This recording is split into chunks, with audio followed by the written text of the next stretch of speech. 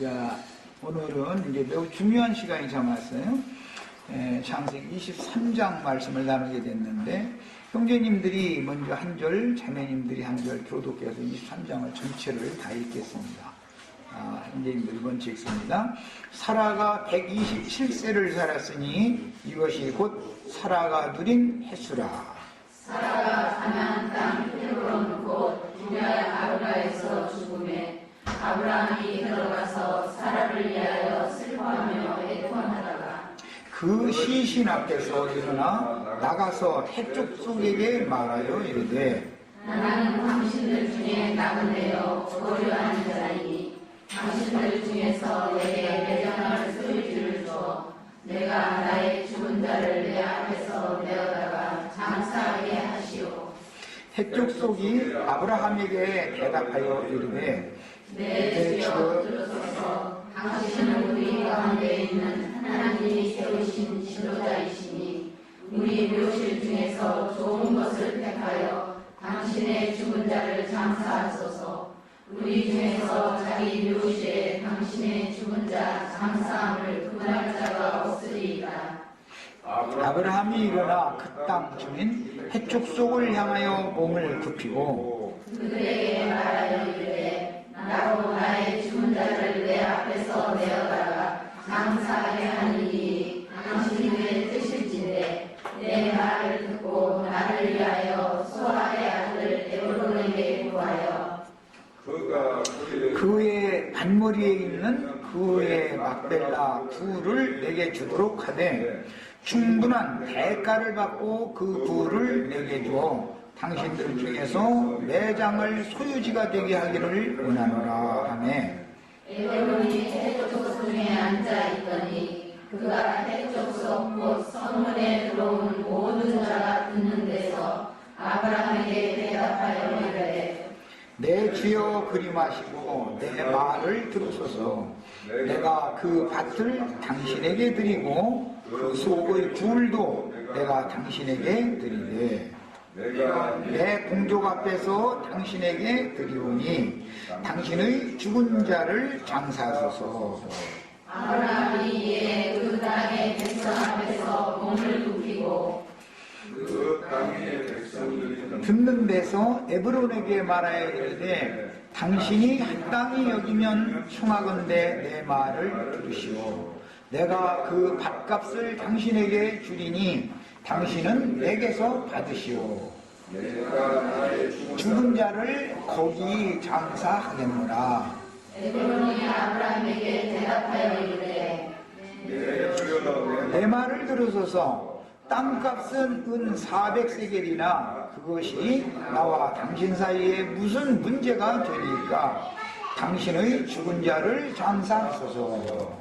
아브라함이 에브론의 말을 따라 에브론이 해족속이 듣는 데서 말한 대로 상인이 통용하는 은 400세겔을 달아 에브론에게 주었더니 마므레 앞 막벨라에 있는 에브론의 밭 곧 그 밭과 거기에 속한 굴과 그 밭과 그 주위에 들린 모든 나무가 성문에 들어온 모든 해족속이 오는 데서 아브라함의 소유로 확정됩니다. 그 후에 아브라함이 그 안에 사라를 가나안 땅 마므레 앞 막벨라 밭 굴에 장사하였더라. 이와 같이 마므레는 곧 헤브론이라. 이와 같이 그 밭과 거기에 속한 굴이 해족속으로부터 아브라함이 매장할 소유지로 확정되었더라.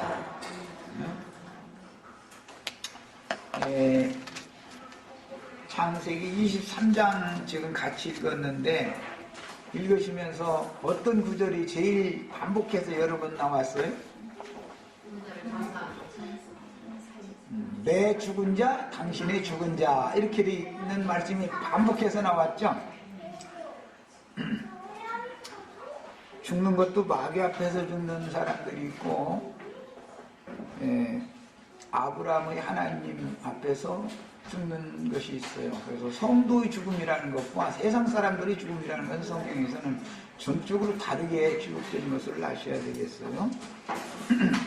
이제 시편 같은 데 보면 하나님은 성도의 죽음을 존귀하게 여긴다. 그런 말씀 읽어보셨죠? 세상 사람들 죽으면 하나님 보실 때는 짐승이 하나 죽은 거나 똑같이 보는 거예요. 뭐 길거리 개가 자동차한테 치여서 죽었어도 하나님이 그것 때문에 안타까워하거나 그런 일은 인간 나라들도 뭐 별로 없죠. 안타깝게 안타까운 일이지만 짐승이 죽은 것과 사람이 죽은 건 다르잖아요.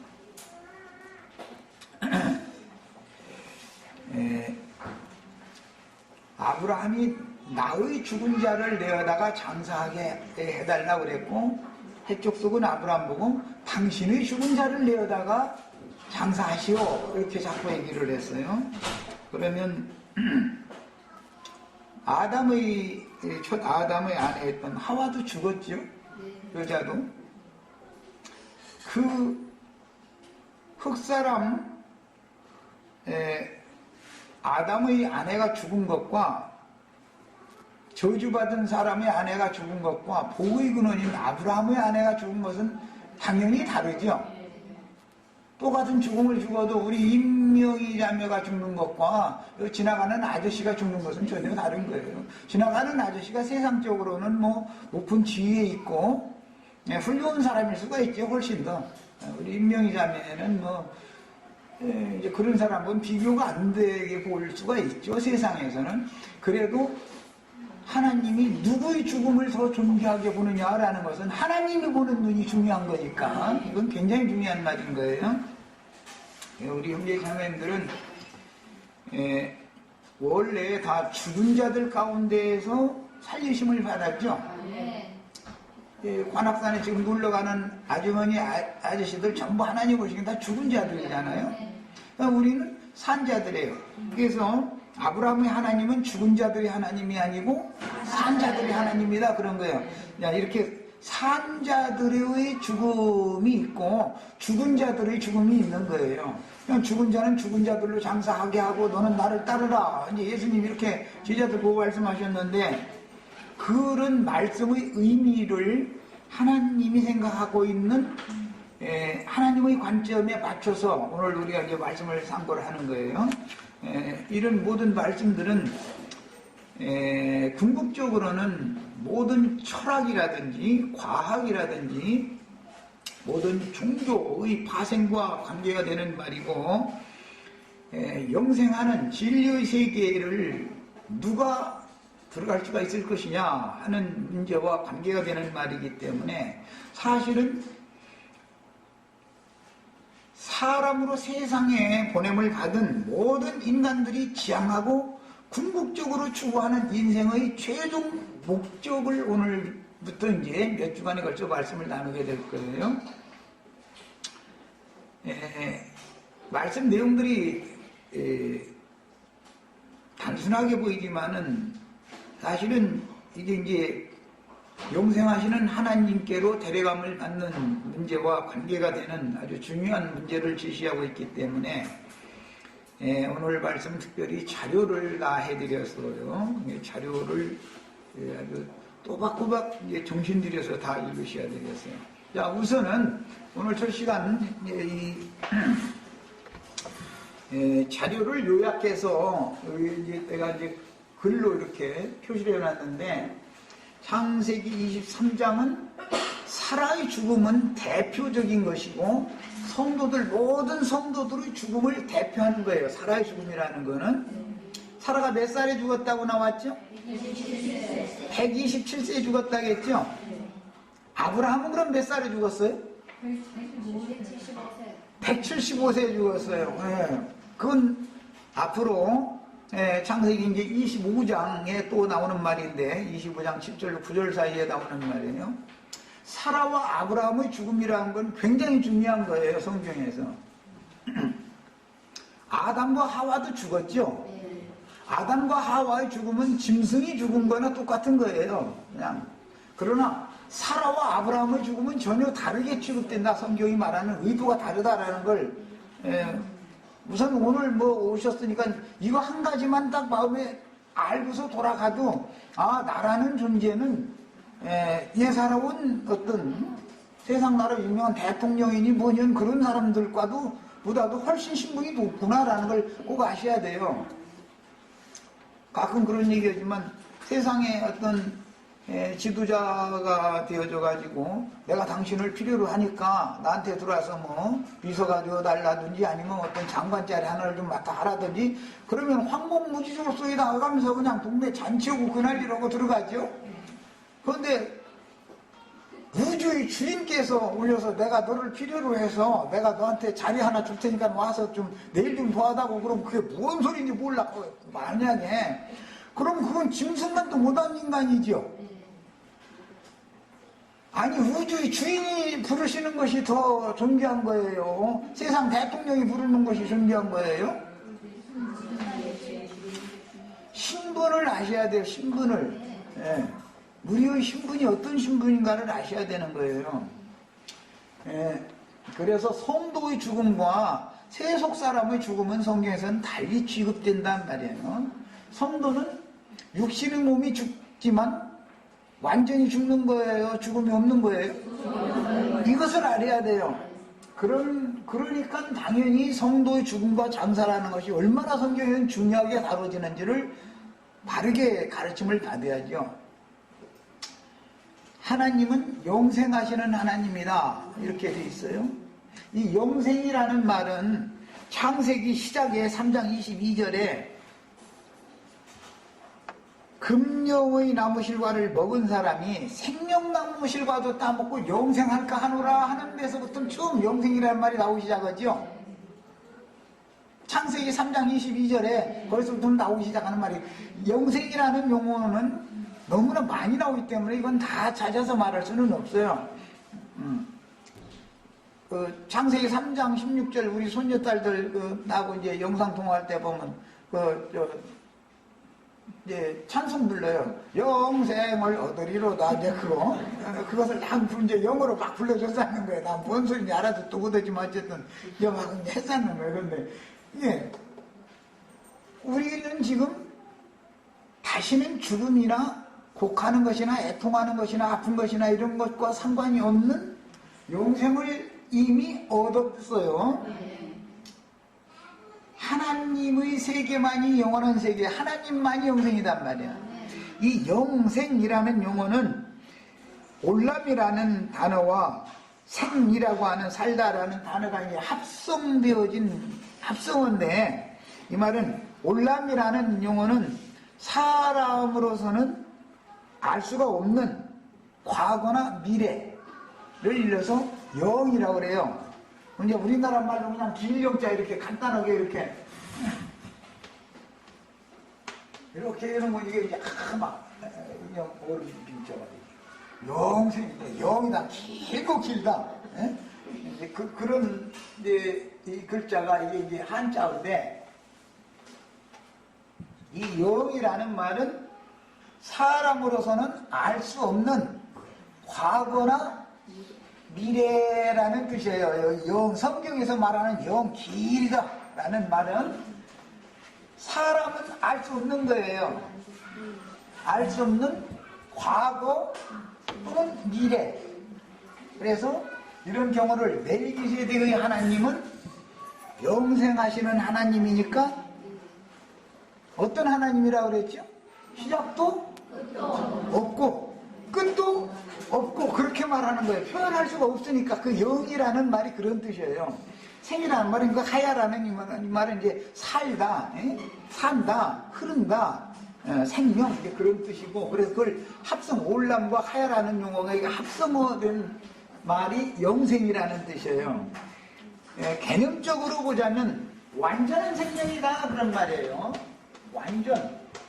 이제 인간 나라에서 이거 완전을 겁나게 많이 추구하죠. 그런데 인간 나라에 100%라는 건 없으니까 99.9% 금도 그렇게 말하죠. 100%라고는 하지 않죠. 인간 나라에는 완전히 없다는 거 있다는 거예요. 금도 99.9%인데 순금, 종금인데도 99.9%니까 0.1%는 미지수다 이 말이잖아요. 그래서 인간 나라에 완전히 있어요, 없어요? 인간 세상에 완전히 없는 거예요.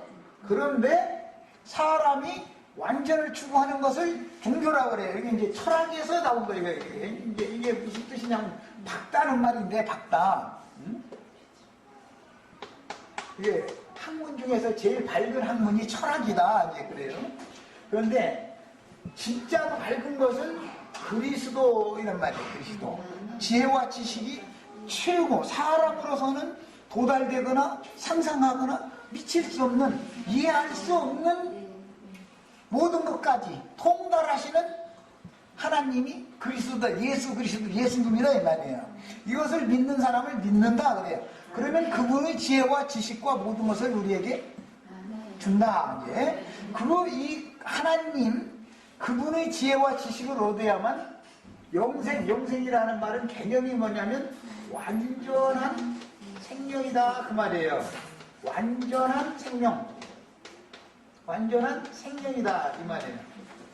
자, 이것을 시편에서는 극락의 하나님이라고 말했는데, 극락의 하나님이라는 말은 이것도 이제 합성으로서 기쁘고 기쁘도다, 기쁜 두 가지를 이렇게 반복하면은 강조형이 되는 거예요. 헬라어나 히브리어는 늘 이렇게 되어 있어요. 기쁘고 기쁘도다. 뭐 찬송도 있죠. 기쁘고 기쁘도다 이제. 그런 경우를 극락의 기쁨과 기쁨, 겹친 기쁨, 최고조의 기쁨, 이것을 극치의 환히 열광하다, 이제 그런 개념으로 환히 열광하다, 이런 개념으로 영생이신 하나님이다. 그런데 극락의 하나님이다 이 말이에요. 완전한 생명만이 극락의 하나님인 거예요. 이 영생이라는 개념을 잘 아셔야 돼요. 성경을 읽다 보면 영원, 무궁 또는 영영, 뭐 이제 이런 용어들이 나와요. 그 용어들은 다 똑같은 영생이라는 똑같은 용어를 문맥의 흐름에 따라서 번역을 그렇게 한 거예요. 그러면 이제 시간적으로도 사람으로서는 알 수 없는 길고 긴 과거, 이게 영원 전이라는 말이 나오고 영생 이후, 영원 후라는 말이 나오죠. 그런 개념이 영생이라는 개념이에요. 시간적으로 봐도 인간은 알 수 없어요. 그런데 개념적으로는 완전하신 하나님이다 이게. 극락의 하나님이다 이게. 남편과 아내가 혼인을 해서 최고조로 기쁨을 맞을 때 그런 상황이 영속된다 이 말이에요. 이해하셨죠? 인간 세상에서는 그냥 맛만 보지요.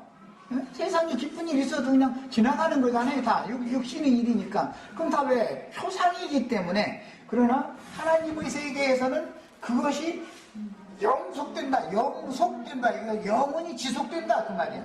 그 세계를 추구하는 거예요. 믿는다는 게 이런 뜻인 거예요.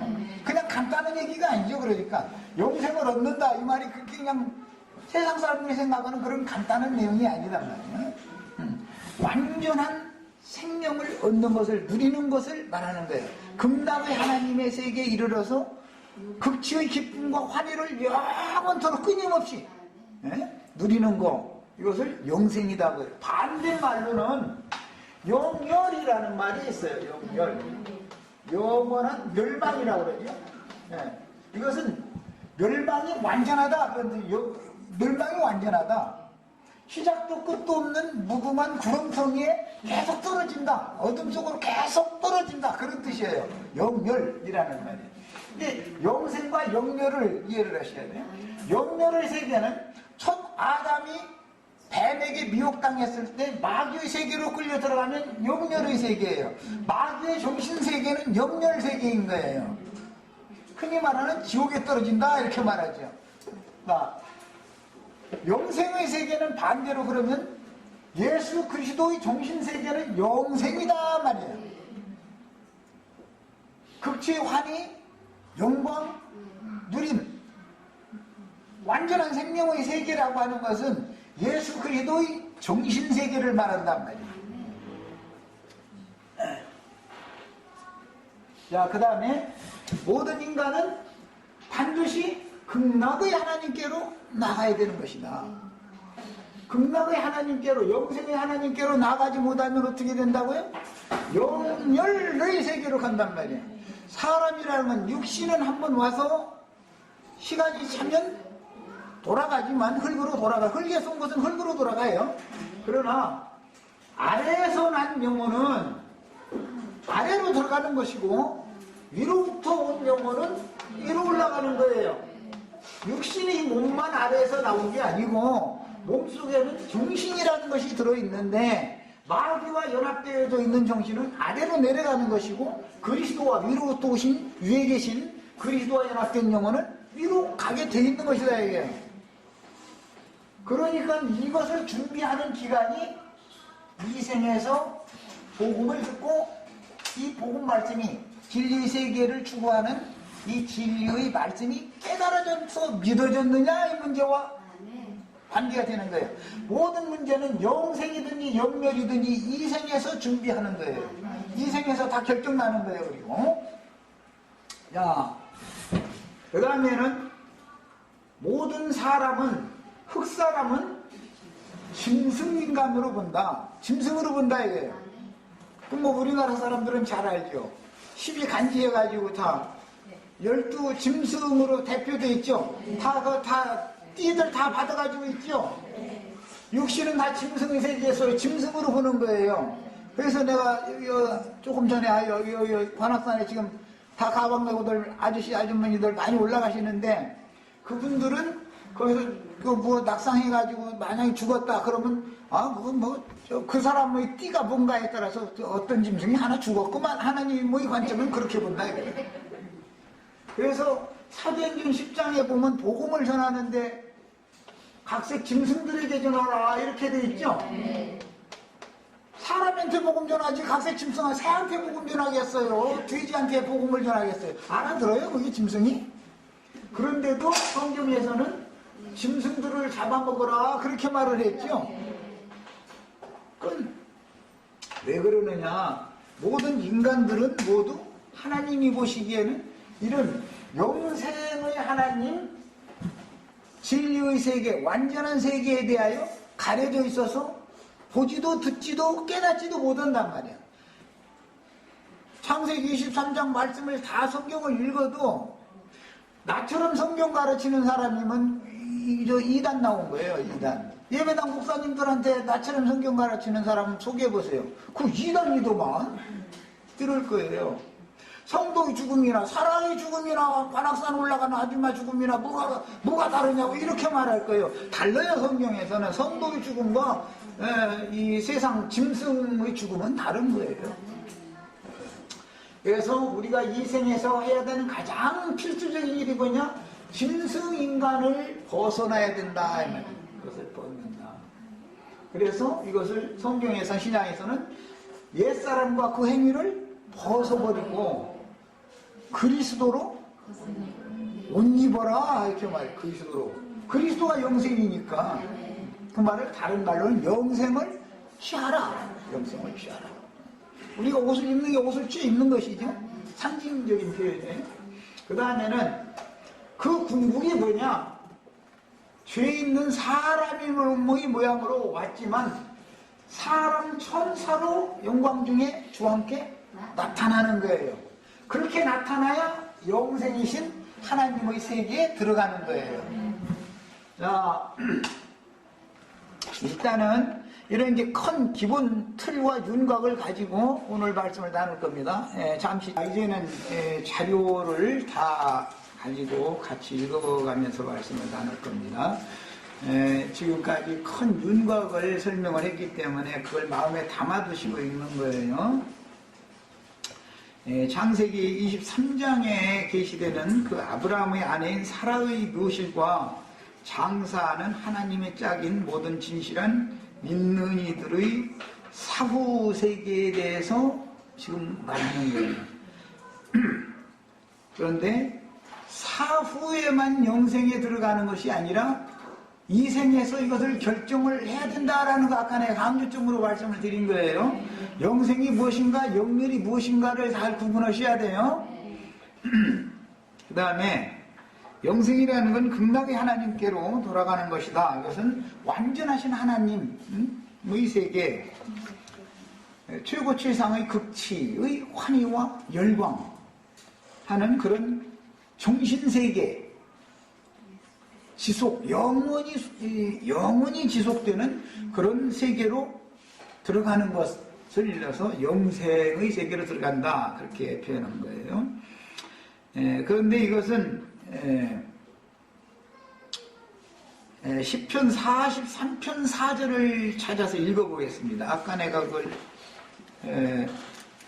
잠깐 설명을 하고 넘어갔는데 시편 43편 43편 4절 자, 읽어봅니다. 그런즉 내가 하나님의 제단에 나아가 나의 큰 기쁨의 하나님께 이르리이다 그랬는데 나의 큰 기쁨의라고 했는데 이것은 기쁘고 기쁘도다 라는 뜻으로서 강조형이다. 지난번 번역에서는 나의 극락의 하나님께 이르리로다 그랬는데 그 극락의 하나님이라는 표현이 우리나라 사람들의 언어 감각으로는 더 좋은 표현이죠. 아주 최상의 하나님, 그런 기쁨을 주시는 그 하나님, 그분이 예수 그리스도의 정신세계를 말하는 것이다 라고 말씀드렸어요. 그 다음에 영멸의 세계라고 하는 것은 마귀의 정신세계다. 첫 아담에게 하와를 통해서 금령과를 먹게 만든 사람이, 금령과를 따먹은 사람의 정신세계는 영멸에 떨어진 것이지 앞으로 죽은 다음에 가는 문제가 아니죠. 이 생에 살아있는 동안 생명남실과를 먹으면 영생을 얻은 것이고, 금령의 실과를 먹은 사람은 누구든지 이미 영원한 멸망 아래 있는 거예요. 이미 거기에서 건져내는 게 복음이죠. 복음 전파라는 개념이 이런 거예요. 건져내가지고 어디로 데려간다고요? 극락의 하나님, 영생하시는 하나님께로 데려간다. 요한 1서 5장 부분에 보면 예수 그리스도를 소개하면서 그분이 영생이신 것을 설명하고 있어요. 예수 그리스도 안에 있으면 함께 영생하는 것이고, 그리스도 밖에서는, 즉 아담 세계에서는 누구나 다 영멸 안에 이미 있는 거예요. 자, 그 다음에 전도서 3장 11절 한 절 더 찾아 읽겠습니다.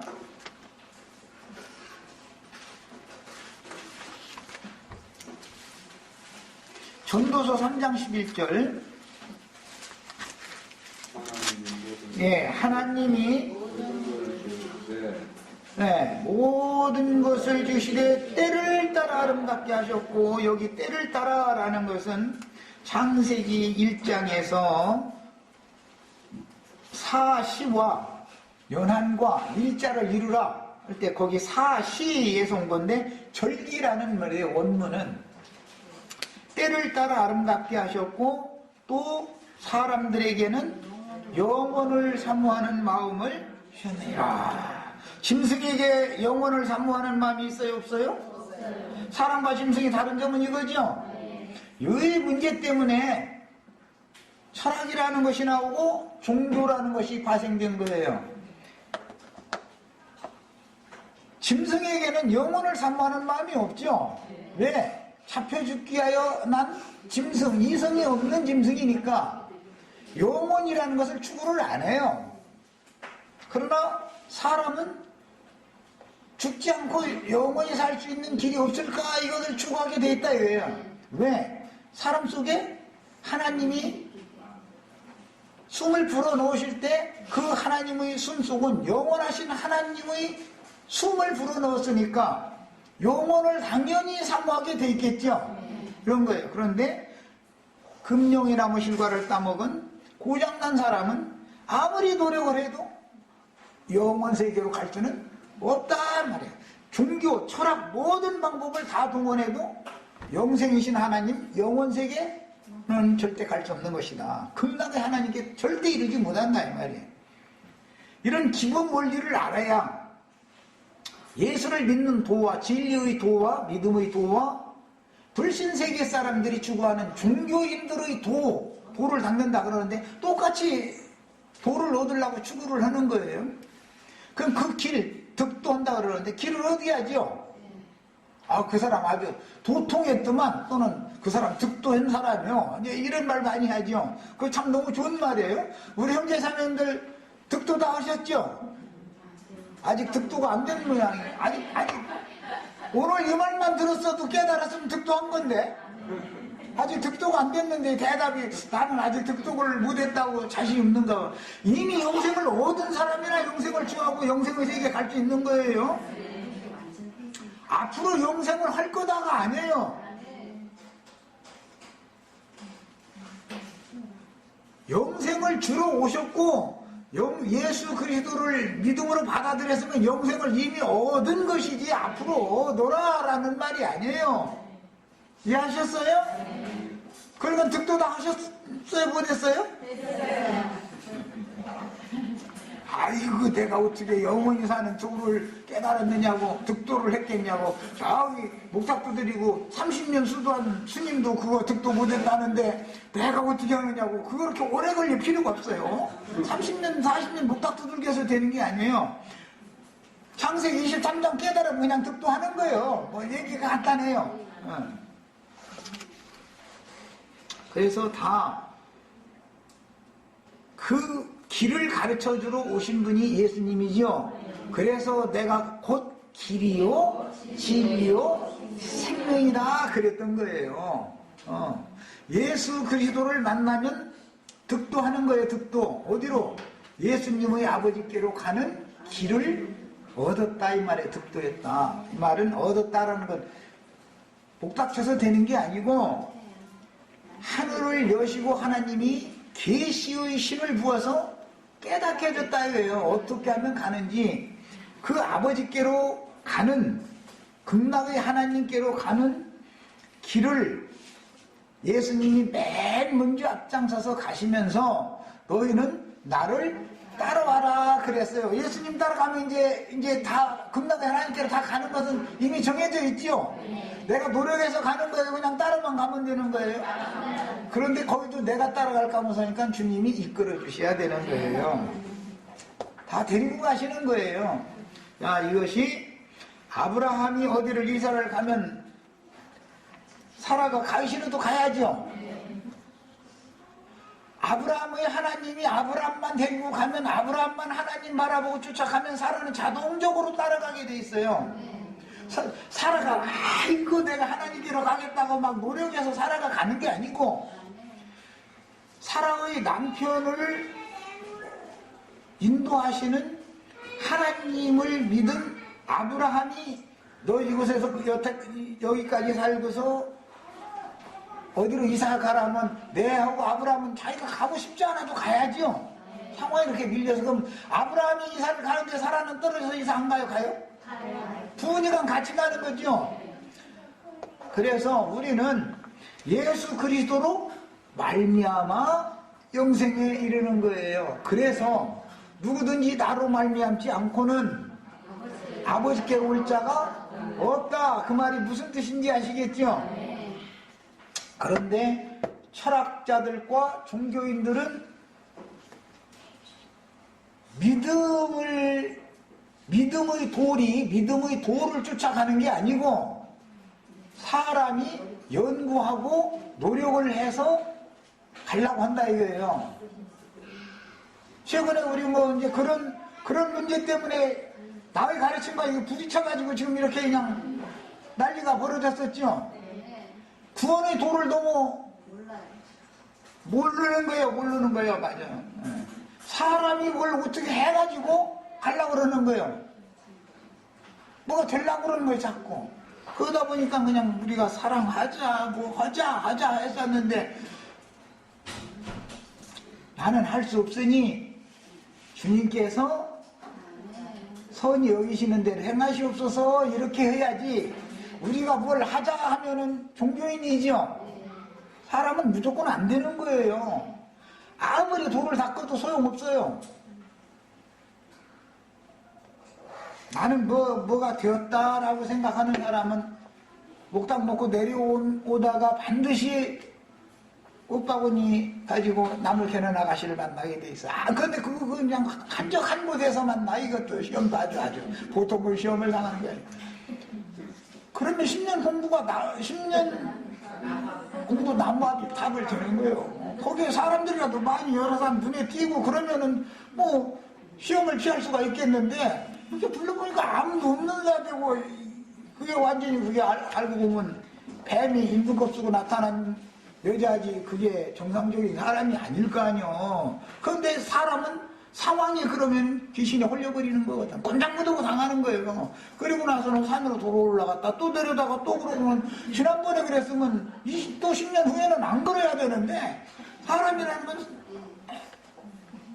이쁜 여자가 지난번보다 조금만 화장품 내는데 조금 더 내는 게 이제 두 번째는 이제 세 번째는 먼저 가까이 와서 뭐 좀 도와달라 해서 하고 좀 말 걸고 이제 막 이렇게 어떻게든지 해서 이 사람은 스스로는 절대로 벗어날 수 없다는 것을 인간들이 너무 모른다 이거예요.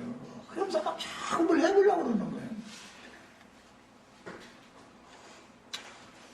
사람이 뭘 할 수 있으면 예수님이 오셔도 죽을 필요가 있어요 없어요? 없어요. 기본 원리를 알아야 된다. 기본 원리를. 자 이제 말씀 자료 자체를 읽어나가겠습니다. 창세기 23장의 진리는 예수의 죽음을 상징하는 모리아산의 제사와 부활을 계시한 지혜에 배열되는 말씀으로서 의미심장한 성경의 배열이다. 영생을 주러 오신 그분이 모든 믿는 자에게 영생을 줄 수 있는 모든 준비가 다 된 후에 영생에 들어가는 얘기가 사라가 영생에 들어가는 얘기가 이어져야 맞지 순서가. 이삭이 모리아산 제단에 바쳐진 사건이 없었는데 사라가 그냥 죽어버렸어. 그러면 관악산에 올라간 아줌마가 어떻게 낙상해서 죽은 거죠? 이해하셨어요?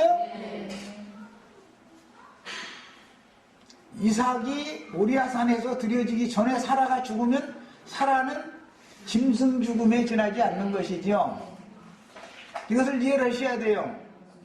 그래서 이삭의 죽음과 장사와 부활 얘기가 먼저 있은 다음에 사라의 죽음과 장사 이야기가 있는 거예요.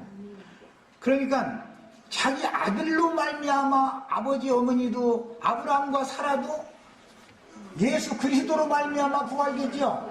예수 그리스도가 구속을 이루시기 전에는 그 부활과 영원한 세계에 데려감을 받을 것에 대한 소망을 바라보고 믿을 뿐이지 이루어진 사실이 없죠. 우리는 지금 이미 이루어진 걸 믿죠. 그러니까 아까 내가 말할 때 득도 이미 했느냐고 내가 물어본 거예요. 앞으로 득도 하시오라고 난 가르치질 않고 예배당식으로 가르친다면 앞으로 며칠 후 요단강 건너가 만나리라고 가르쳤을 거예요. 그런데 나는 이미 만났어야 되고 이미 내 안에 그분이 나는 그분 안에 있어야 된다라는 걸 가르치는 거예요. 야, 우리는 이미 함께 죽고 함께 장사되고 함께 부활해서 함께 하늘에 앉혀져 있는 상태에서 신앙을 시작하는 거예요. 출발점이 다르단 말이야. 예배당 목사님들이 가르치는 것과 내가 가르치는 것의 차이가 이거예요. 우리 형제자매님들 하늘에 앉혀져 있죠? 이미 영생이신 그리스도 안에 있죠? 예수님은 죽음이 없죠? 그럼 나도 안 죽겠네. 맞아요?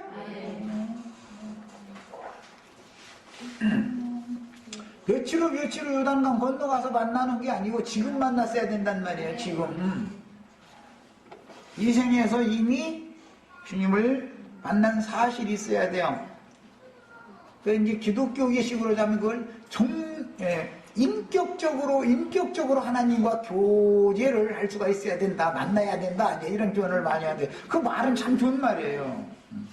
그 말은 어떤 물질적인 장소에 가서 만나는 게 아니라 인격적으로 만난다 그 말이죠. 인간 세상에서 남편과 아내가 만날 때 몸뚱아리만 만난 거예요? 인격으로 만난 거예요? 몸뚱아리만 만난 건 장례천에도 만날 수 있죠. 이렇게 하면 좀 이건 너무 좀 심한 얘기인데 그것은 완전한 연합이 아니죠. 이런 것을 알아야 된다 이거예요. 구약시대에는 상상으로만 만나는 거예요. 상상으로만. 그러나 신약시대에는 실제적으로 만나는 거예요.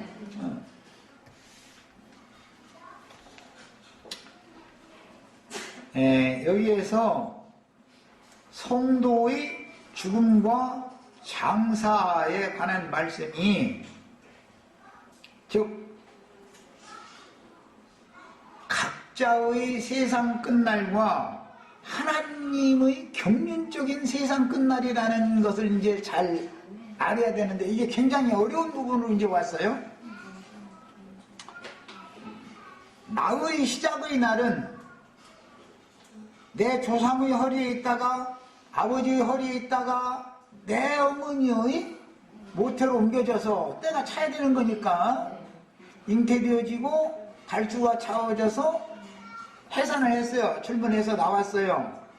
영유아기라고 하는 걸 거치죠. 청소년기를 또 거치죠. 청장년기를 또 거치죠. 노년기가 되면 가는 거죠. 야, 1년은 4계절로 되어 있는데 실제는 12달이에요. 이게 한 계절이 석 달씩 되어 있죠.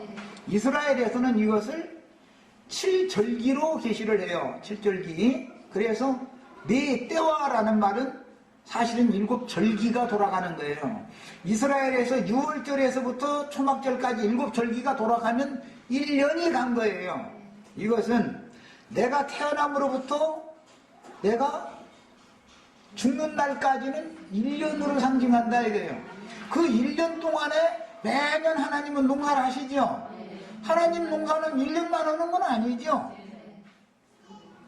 나는 나의 세대 동안에 천국 국물로 농사를 당하는 것이고, 하나님에게는 그분만 알고 있는 충만의 수가 채워져야 되기 때문에 시간이 길다 이거예요. 영원하신 하나님이니까 하나님은 여전히 똑같은 일을 매년 반복하는 거예요. 농부가 농사를 지으면 올해 한 해 지었으니까 내년엔 놀고 뭐 이렇게 하는 건 없죠. 매년 농사 짓죠.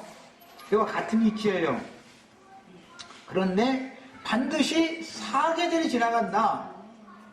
잉태 해산, 그 다음에 영유아기, 청소년기, 중장년기, 노년기라는 걸 거치게 돼 있어요.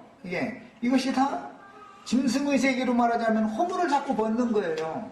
자꾸 새로워지는 거예요. 새로워져요. 씨앗을 땅에 심으면 발아기가 있고, 자라는 여하는 순으로 자라는 기간이 있고, 줄기가 자라고, 그 다음에 청년기에 이르르면 이삭이 배죠. 그 다음에 시간이 지나면 초월에는 이삭이 나오고, 가을 때 끝에는 연걸어요. 그 다음에는 추수를 하는 거예요. 이것은 하나님이 세상에 그분의 천국 자녀들을, 성도들을 어떻게 농사를 하는가를 보여주는 그림이다 이 말이에요. 사람의 세상 시작과 세상 끝이라고 하는 것은 모태 잉태됨으로부터 시작이 되어져 가지고 죽는 날로 끝나는 거예요. 그게 개인의 시작과 끝이에요. 그러나 하나님의 시작과 끝이라는 것은 예수 그리스도다 이 말이에요. 그분은 사람으로서는 알 수 없는 영원 전, 과거, 영원 전에서부터 영원 후까지 그분은 여전히 살아계신 하나님이에요. 그러나 인간은 한 세대는 오고 한 세대는 가기 때문에 하나님의 시간 개념과 인간의 시간 개념이 다를 수밖에 없죠. 그 다음에 인간은 반드시 하나님의 경륜적인 세상 끝이라는 것을 알아야 된다 이거예요. 그래야 나의 시작과 끝을 아는 거예요. 나의 시작과 끝을 알아야 하나님의 시작과 끝이라는 것을 생각할 수가 있죠. 하나님의 시작과 끝은, 하나님은 71회로 이제 확정할 때 보면 예수님이 세상에 오셔서 천국 말씀을 전파하기 시작하면 세상 끝이죠. 이 모든 날 마지막에 아들로 말씀을 증거하게 하셨고, 죄를 없이 하려고 세상 끝에 나타나셨느니라. 그러나 제자들이 다시 세상 끝에 있을 징조는 무엇입니까? 세상 끝에는 무슨 일이 일어나겠습니까? 그럼 세상 끝이 또 온다고 말이죠. 이 천국 복음이 모든 민족에게 증거되기 위하여 복음이 전파되어야 하리니 그제야 끝이 오리라. 그럼 세상 끝이라는 건 또 있지요. 자, 그럼 그걸로 딱 끝나는 게 아니고 또 한 번 세상이 다시 시작이 되어져 가지고 천년이 차면 완전한 세상 것이 또 오는 거예요. 이것은 경륜적인 하나님의 세상의 시작과 끝이란 말이에요. 그 다음에 개인적인 시작과 끝을 알아야 되고 경륜적인 시작과 끝을 꼭 아셔야 되겠어요. 일단은 큰 윤곽만 여기까지 말씀드리고 마칩니다.